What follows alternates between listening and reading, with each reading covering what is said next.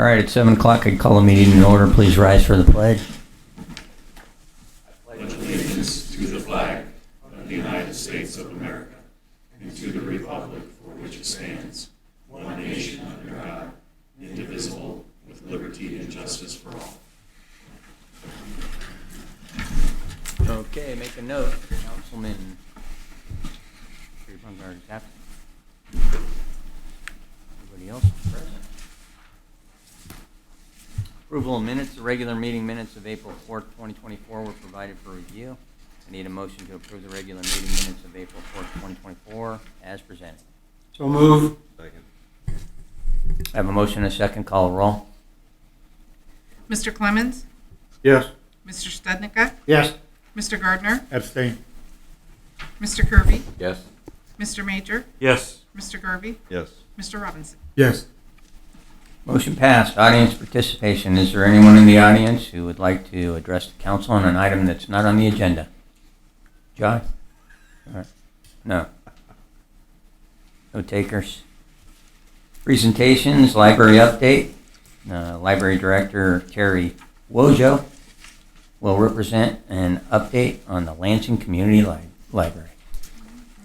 Wojolevich? Wojolevich. Yeah, see? That's why I called you Wojo. Sorry. That is fine. All right, let's see. Make sure that this is...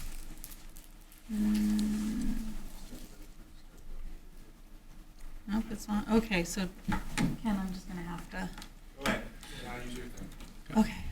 Okay, so thank you so much for having me here today to give you a quick update on what's going on at the library. So it's hard to believe. I added it up. It's been 26 years that we have been an established library, and we keep doing everything we can do to have fun with our community. Our focus continues to be on our mission of education, engaging the community, and fostering creativity. So we have a lot of fun with that, and it's nice that our mission statement that was established a few years ago still is in line with what came out of our strategic planning session that we all did together.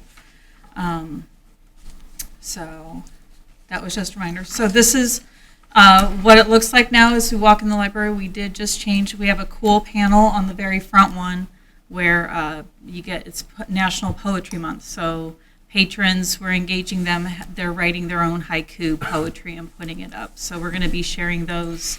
Yeah, it could be fun. We'll see how that goes. But we still have, 20,000+ people through our doors each year. We'll get into that in a bit when we get back. The community area towards the back of the library, as you can see, this picture was taken just a couple days ago. They're using the computers. We have people sitting on the couches that were donated by one of our longtime volunteers' families after she passed away. Those get used on a daily basis. So the activities that we have going on, they're starting to pick up quite a bit. Not only do we have our story times and our visits to schools and daycares,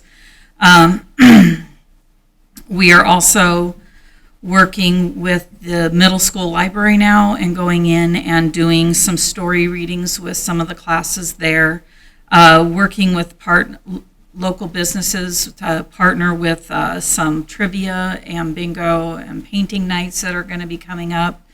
And the Dolly Parton Imagination Library is going strong. We are now up to 198 kiddos enrolled in that, and just over 60 between 60 and 70 have graduated out of the program.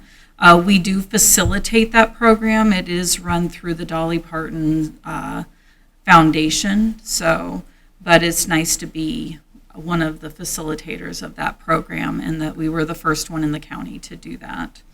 Could you explain that, the program itself? So the Dolly Parton Imagination Library is a foundation that's set up by Dolly Parton. Children from the age from birth to 5 receive a free book every month mailed directly to their homes. And when they come in to sign up or do it online, all of our residents, our preschool kiddos, can receive a free book, and we help facilitate that program. Right now, it is completely funded by donations from our community. And we do receive a 50% grant from the Children's Trust through the state to help offset some of the costs, because once they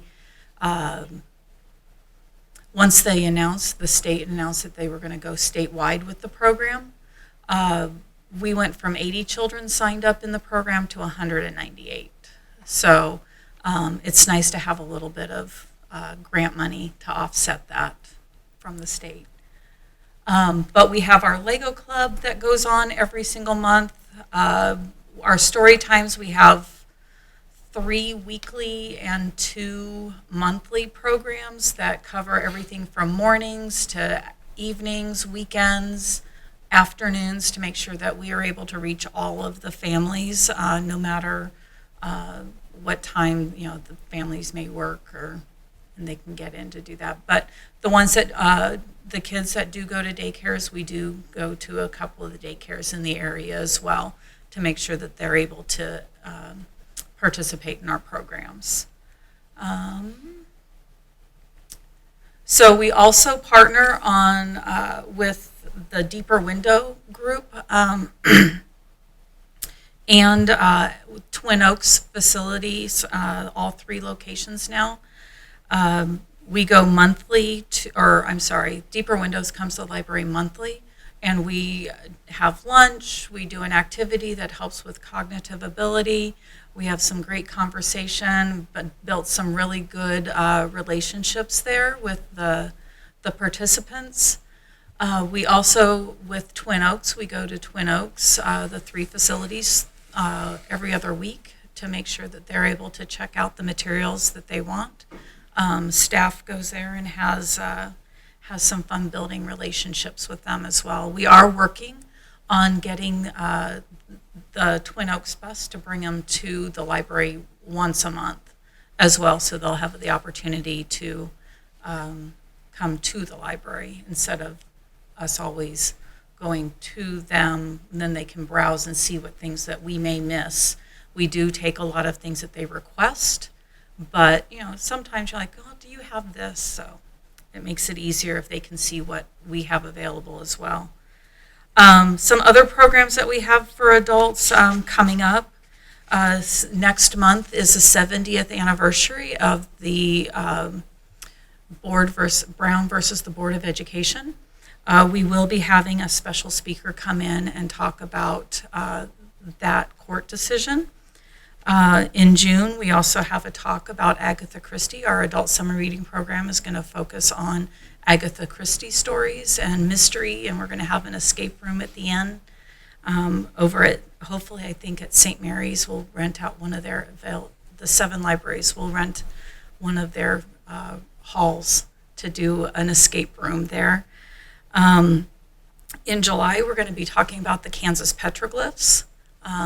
So that should be interesting. Nobody thinks about all the fossils and things, and the drawings, art carvings that are that were created here in Kansas.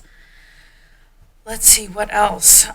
Just a lot of things. We have Operation Wildlife coming. We're going to have the Raptors and the Friends of the Library are going to be sponsoring the program where we're bringing in the bald eagles.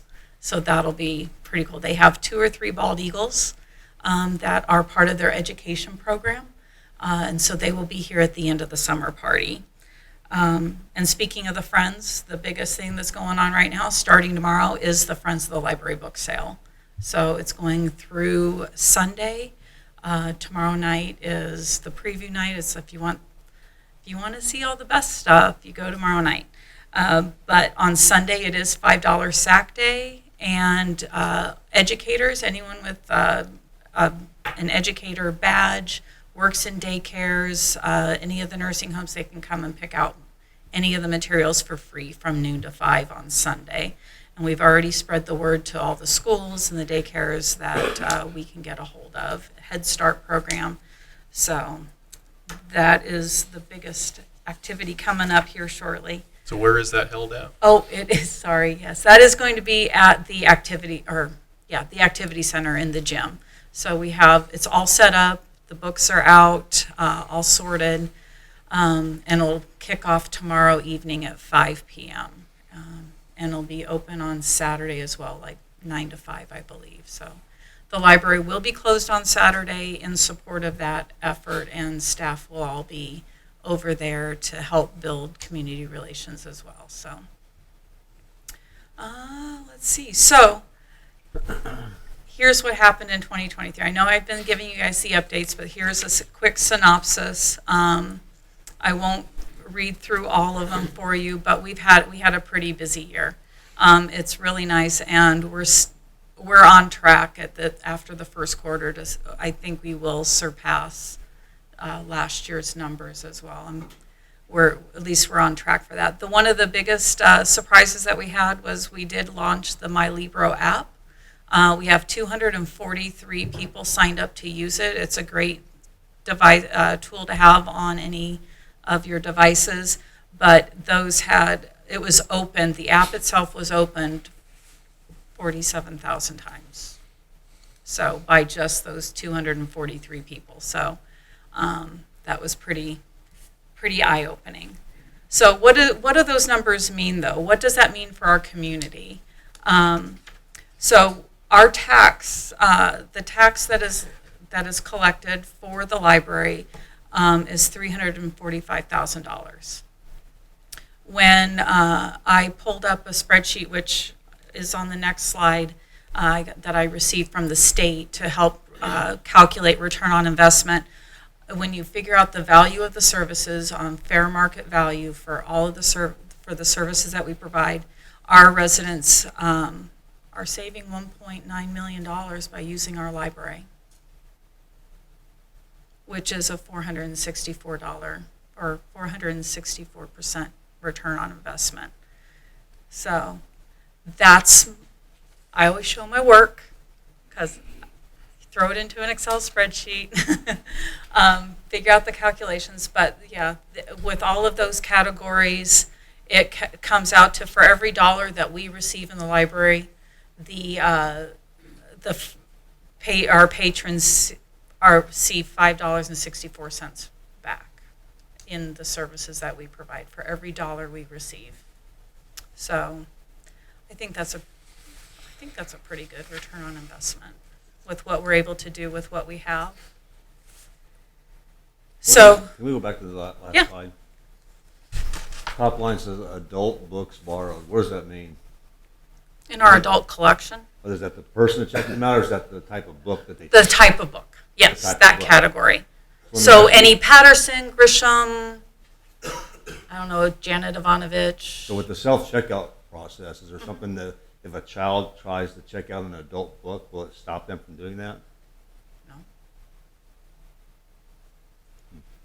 And when they come to the desk, if a child were to check out, 1984 is in our adult collection. It's an adult fiction book. Right.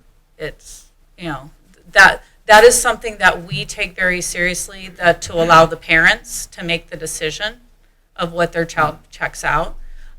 Most of the Patterson books are written at a 5th grade reading level. So if we were to do that.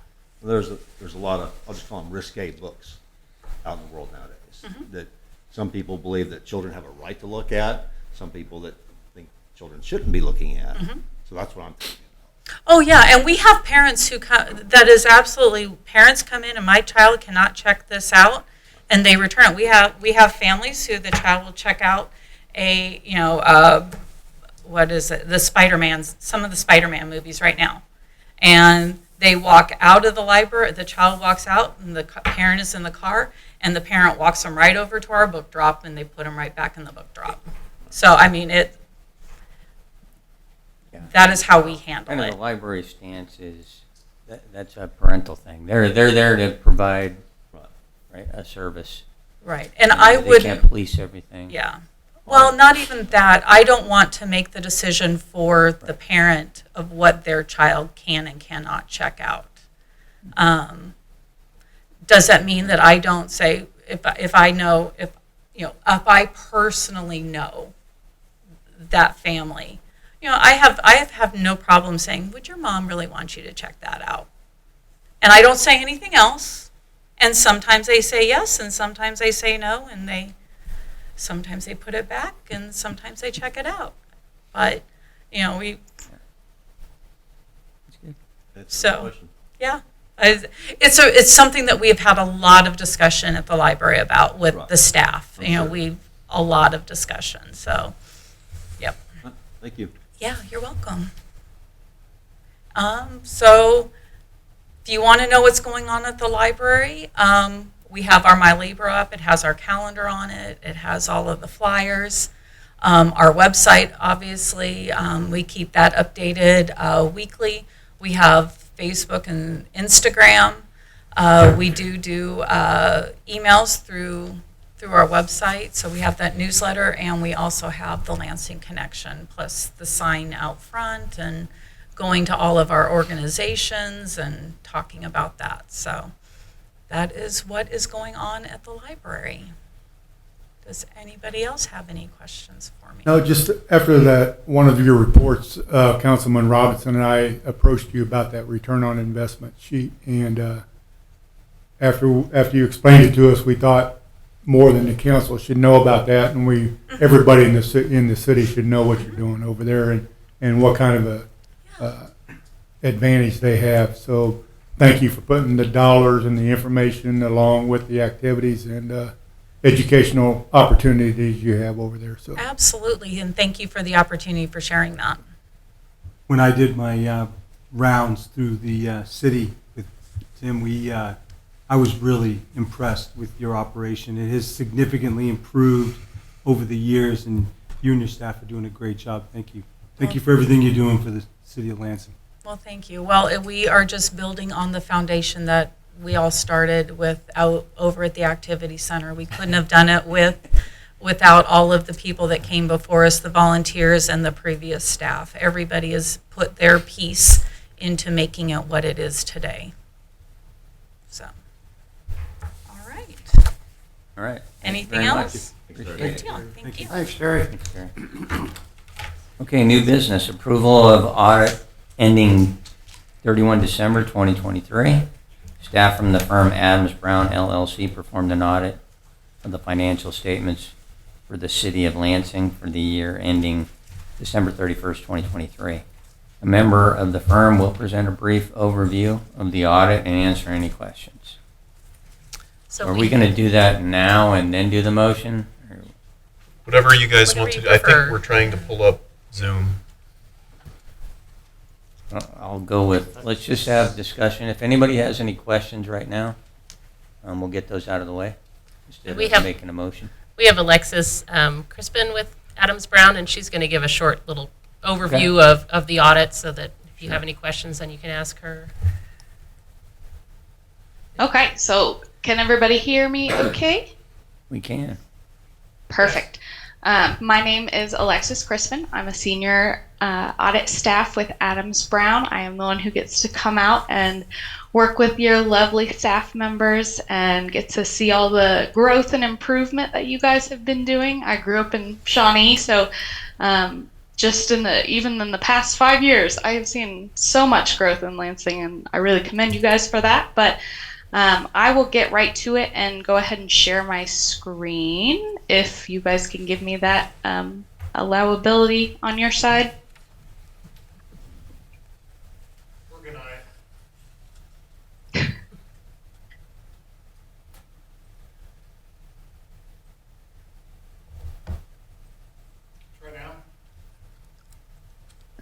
Okay. Okay. Let me know if you guys can see that okay. We can see it. Perfect. So I will start with page 1, which is the independent auditor's report. The important thing on this page is you will note that there are 2 opinions there. The first is an adverse opinion on U.S. generally accepted accounting principles. That is simply because you guys are not preparing your books on GAAP basis. You guys go ahead and do a GAAP waiver, which allows you to prepare it on the regulatory basis. And that is that second opinion that you'll see there, the unmodified opinion on regulatory basis of accounting. It's a clean opinion. That's what you want to see. So from this page, for the basis of accounting that you guys are preparing your financial statements, you are doing everything right. Everything is materially correct. So everything that you guys as a council are seeing throughout the year, numbers wise, there weren't any material adjustments that needed to be made to those. The rest of this letter is just standard jargon. Feel free to read it if you want something to put you to sleep, but nothing that would need to be pointed out to you. So then I will move on down to page 4, which is the summary statement of receipts, expenditures, and unencumbered cash. And the main takeaway from this is how much did our unencumbered cash balance change from 2022 to 2023. So overall, in total, it was about $2.878 million in a decrease, and the majority of those changes were coming from a few particular funds. So the first is the general fund, and that one, the main cause in the decrease was we increased our transfers out of that fund by about $785,000. The next one is that had a big change was the swimming pool fund, and that one's actually an increase because we started collecting sales tax in that fund. So that one was that $282,000 increase. The next one is the ARPA fund, and that one is a grant fund that we are working to get spent down because the period of performance for that grant is coming to an end in the next few years. So we do want to see that cash balance decreasing, and it went down approximately $400,000. Then we have 2 funds which have negative balances. That's not necessarily a bad thing. It just means that in this instance, we were waiting on outside funding coming in. We had big projects going on. We have either grant monies coming in later or in these instances, some kind of debt money coming in that we had approved in 24 that came in. So for both of those, the sanitary sewer fund had $1.135 million in expenditures, and then the CIP Parks Fund had $688,000. And then lastly, the wastewater fund had about a $474,000 decrease. Again, had some projects going on in there. So, does anybody have any questions for me about this page? If not, I will continue on to the notes. These are just, most of them are just boilerplate things that we have to include alongside your guys' numbers, just to give kind of a qualitative aspect to what you're reading. Again, if you want something to put you to sleep, feel free to read through, but there's not a whole lot that is super exciting or new. I will draw your attention to page 9. We do have a stewardship, compliance, and accountability footnote that we had to include. So you had one multi-year agreement that did not contain a non-appropriation clause to conform with cash basis and budget law, which is a violation of Kansas statute. What this is essentially is when you have these multi-year agreements with this clause, it allows you to expense that over the years throughout that agreement instead of having to recognize it up front in one budget year's expenses. So later on in the audit, I will point out that it wasn't a material contract, so we did go ahead and discuss that with your staff and decide that it would be best to go ahead and waive that booking it all up front and keep it as is in each separate budget year. But we do have to just note that right here. Next up, we have a subsequent events footnote, and this is just to draw attention to the fact that you guys did authorize the issuance of some general obligation bonds, Series 2024A and B in 2024. Aside from that, there isn't really anything else that would need to be noted in the footnotes other than here is your debt schedule on page 13, and this just lists out all of the different sources of debt that you guys have ongoing. The total principal outstanding as of 2023 was $22,196,851, and the final date of maturity for all of that was 2042, but I'm sure that has changed with the new general obligation bonds. The last thing that I like to draw attention to is page 14, which shows your total expenditures compared to your budget, and this shows that you guys did not have any budget violations for the year. So, with all of that being said, I have one other thing to go over, but before I do, does anybody have any questions for me regarding the audit report? Anyone? Nope. That's good. We're good. Okay. I will jump over then to our governance letter. And this is essentially just going to touch base on a few things that don't have to necessarily be included in the audit report, but that we have to go over. So first thing, any difficulties encountered in performing the audit? We had none. Your staff are wonderful. I'm sure you're aware, but you're very lucky to have them. They make things go so smoothly, and we really appreciate them giving us some of the documentation up front, so that allows us to better use our time when we're in front of them and really focus on things that are maybe more complex or that we have questions on, instead of trying to get everything done all at once. So we really appreciate that. The next one is corrected and uncorrected misstatements. So this is where we note if we had any journal entries or waived adjustments. So like I said, we do have that one waived adjustment related to that non-appropriation clause in the contract. And then following that, any disagreements, any other findings or issues? We had no issues, no problems, no recommendations to give you guys at this time. You guys are doing a fantastic job, and we really appreciate the opportunity to continue working with you. So does anyone have any final questions or thoughts for me? Nope. I Okay. see no's all across the board here, so looks like you did a good job. Appreciate it. Thorough. Perfect. Real thorough. Well, I have a management representation letter that I have sent to Beth that will need to be signed and sent back to us, and we can get things wrapped up and sent over to the state. So thank you guys again. All right, thank you very much. Thank you. Thank you. All right, action. I need a motion to approve the final audit for the city of Lansing for the year ending 31 December 2023. So So moved. Second. I have a motion and a second. Call roll. Mr. Clemens? Yes. Mr. Studnicka? Yes. Mr. Gardner? Yes. Mr. Kirby? Yes. Mr. Major? Yes. Mr. Garvey? Yes. Mr. Robinson? Yes. Motion passed. Item number 4 is reappointment of planning commission members. Jeanette Holderman and Richard Guys have applied for reappointment to the Lansing Planning Commission to serve 3-year terms ending on April 30th, 2027. I need a motion to approve the Lansing Planning Commission reappointments of Jeanette Holderman and Richard Guys for term ending on 30 April 2027. So moved. Second. I have a motion and a second. Any discussion? How many members are on the planning commission? There are 7. 7. Yeah. Yeah. And they That kind was of, an interesting meeting last night. It was an excellent meeting, but also very interesting. and the terms are staggered in there too, right? Isn't Correct. there Which is why you have 2 right now. So These are two good people to have on. Right. yes, very good. glad to have both of them. Anybody else have questions or comment? Okay, call a roll.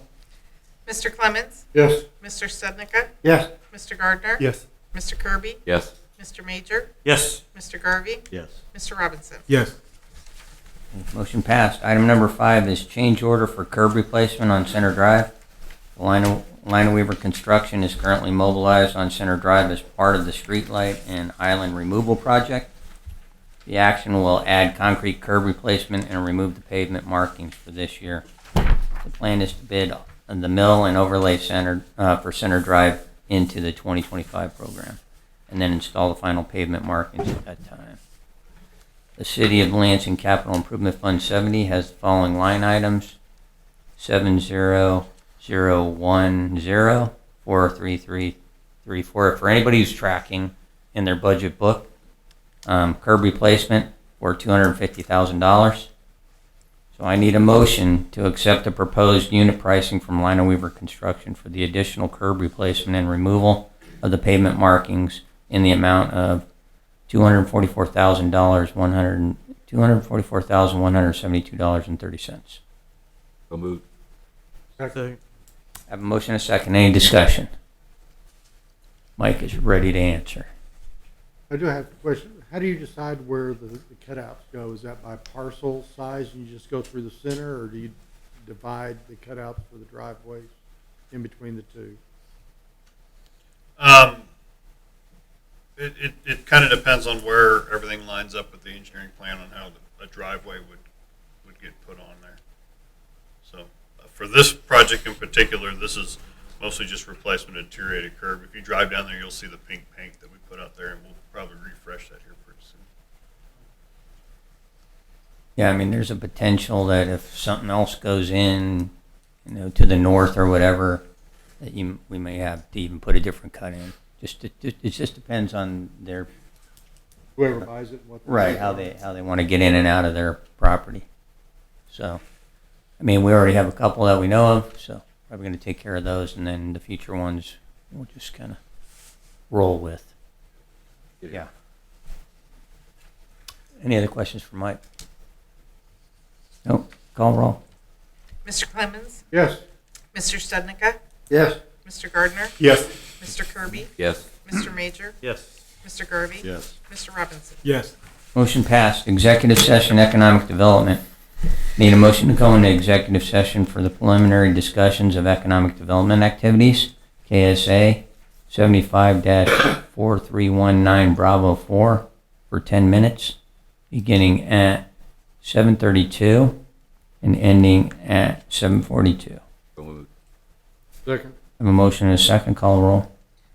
Mr. Clemens? Yes. Mr. Stednica? Yes. Mr. Gardner?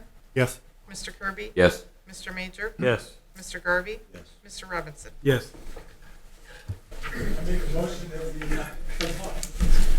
Okay. Turn to open session.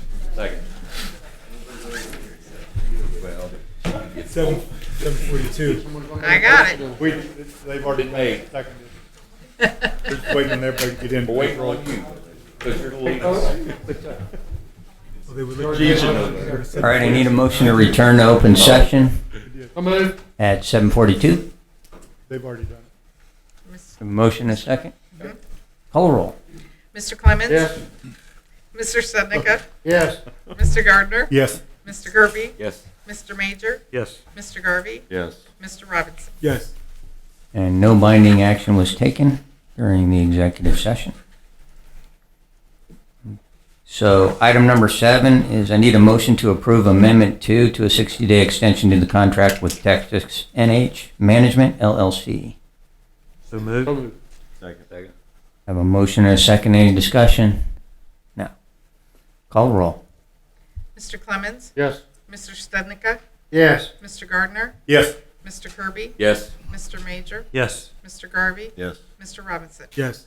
Motion passed. Reports. Any department heads? What do you got here? Okay, city attorney. Another report, Mayor. Tim, what do you got? We are scheduling headshots for the city council on May 2nd. We don't have a finalized time yet for everybody, but we'll be updating May 2nd. May 2nd. So it'd be before the next regular city council meeting. So we're trying to figure out the best time. What was it called? The daylight? I don't remember what they called it. I guess Doesn't matter. The the best, golden hour. the golden hour. Yeah, someone said that. Yeah. So It doesn't matter. so check your emails for the finalized time. But again, it would be May 2nd before the next city That council. golden hour being in the morning is. No. Well, I mean, You'd better be Not for here the in the people at morning. work. well, I don't want to miss the golden hour. Though. Yeah. You need all the help you can get with pictures. I won't deny that. All right. Be nice. What else we got? That's all. That was it? Okay. What? Let's go around the horn. Dan, you get to start off. Yeah, I'd like to recognize Terry and all the activities going on in the library. It's really great, everything you do. And Beth, another clean report. It speaks volumes of your abilities. We did have an LCPA this week, but the secretary that distributes all the slides and everything is on vacation, so I'm trying to get the URL, and I'll provide that to y'all as soon as we can. Only thing that really happened is we looked at the different sites and how we can filter it down from the 300 sites that are 150 acres or more throughout Leavenworth into a more manageable group and size. And all that will be in the minutes when you get them forwarded to you. Okay. Nothing else, Mayor. Thanks, Dan. Don? No, just big attaboy out to Terry and her crew and Beth and her crew for the work that they've been doing with the library and, of course, with our finances. That's all I have, Mayor. All right, thanks. Kevin? Yes, echo the comments for Terry and Beth and what you do for the city. We appreciate it. Thank you. Okay. Thanks, Kevin. Gene? Same here for Terry and Beth. I did start to read it this morning, and I'm not a CPA or an auditor. And I kept looking for the end and it never came. So I finally called Beth and said, answer a few questions for me, which she readily did and made perfect sense. That's a tough job, handling all that money and being sure it gets where it needs to go and how it's spent. And but a clean audit is no surprise. They do a great job over there. Thanks, Gene. Marcus? Well, just echo, right? Terry and Beth, great jobs. Appreciate it. You guys are awesome. And I just want to recognize our volunteers, Jeanette and Richard. If you're watching or listening online, we can't do it without you. For the planning commission members, I really appreciate those. And Alexis, if you get this, I appreciate your work on our audit. It says a lot when our staff members do a super job all year, and then it shows every year when we get audited. So those are great things. Tim, you're doing a great job. Mike, you're doing a great job. Appreciate all the work and helping improve our streets. The lights look great, and the roads widened out. And I'm ready for some development to go into our town center. Kind of exciting. That's all I've got, Mayor. Thank you. All right. Thanks, Marcus. Jesse? Thanks, Terry, for your report. Good audit, Beth. Thank you. I had a question this week on a crosswalk over to Valley and 4-H that got messed up due to some money for construction over there, replacing that pipe. And thanks to Tim for replying to my email about it. But the lines will be replaced once they are done with the second phase of the construction, because there's no need to paint lines now, considering they're going to dig it back up again after school's out. So in the temp fix, it messed it up, right? And then so the permanent one's coming. So all right. I just want to clarify that. Yeah. So that's all I've got. All right. Thanks, Jesse. Pete? I'll jump in with everybody else. Just thank you very much, Beth and Terry, for everything you do. You make Lansing a great place to live, and we thank you for all your effort. That's all I have, sir. All right. Thanks. Pete, you have one more thing, but... I'd like to make a motion to adjourn. Okay. We have a motion and a second to adjourn. Call roll. Mr. Clemens? Yes. Mr. Stednica? Yes. Mr. Gardner? Yes. Mr. Kirby? I don't know. I'm having too much fun. Yes. Thank you. He beat you to Mr. it. Major? Yes. Mr. Garvey? Yes. Mr. Robinson? Yes. We are adjourned.